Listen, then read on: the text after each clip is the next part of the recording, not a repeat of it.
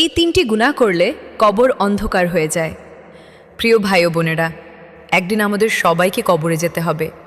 সেই কবর কি হবে, আলোর না অন্ধকারের, তা নির্ভর করে আমাদের দুনিয়ার আমলের ওপর।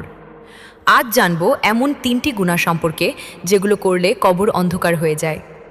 ভিডিওটি শেষ পর্যন্ত দেখুন, কারণ এটি আপনার জীবন বদলে দিতে পারে। প্রথম গুনাহ হলো ফরজ নামাজে অবহেলা করা। রাসূলুল্লাহ সাল্লাল্লাহু আলাইহি ওয়াসাল্লাম বলেছেন, أول ما يحاسب به العبد يوم القيامة الصلاة। অর্থাৎ কিয়ামতের দিন বান্দার প্রথম হিসাব নেওয়া হবে নামাজ সম্পর্কে। যে ব্যক্তি ইচ্ছাকৃতভাবে নামাজ ছেড়ে দেয় তার কবর সংকুচিত করে দেওয়া হয়। কবর হয়ে যায় অন্ধকার ও ভয়াবহ।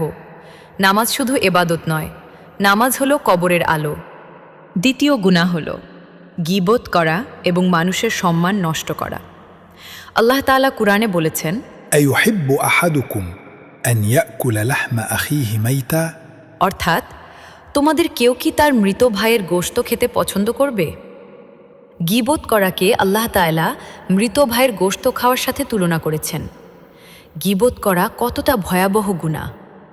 আর রাসূলুল্লাহ সাল্লাল্লাহু আলাইহি ওয়াসাল্লাম বলেছেন, الغيبة أشد من الزنا। অর্থাৎ গীবত করা ব্যভিচারের চেয়েও ভয়াবহ। যে ব্যক্তি মানুষের পিছনে নিন্দা করে তার কবর অন্ধকারে ভরে যায়। মানুষকে কষ্ট দিয়ে হাসা সহজ, কিন্তু কবরে সেই হাসি কান্নায় রূপ নেয়।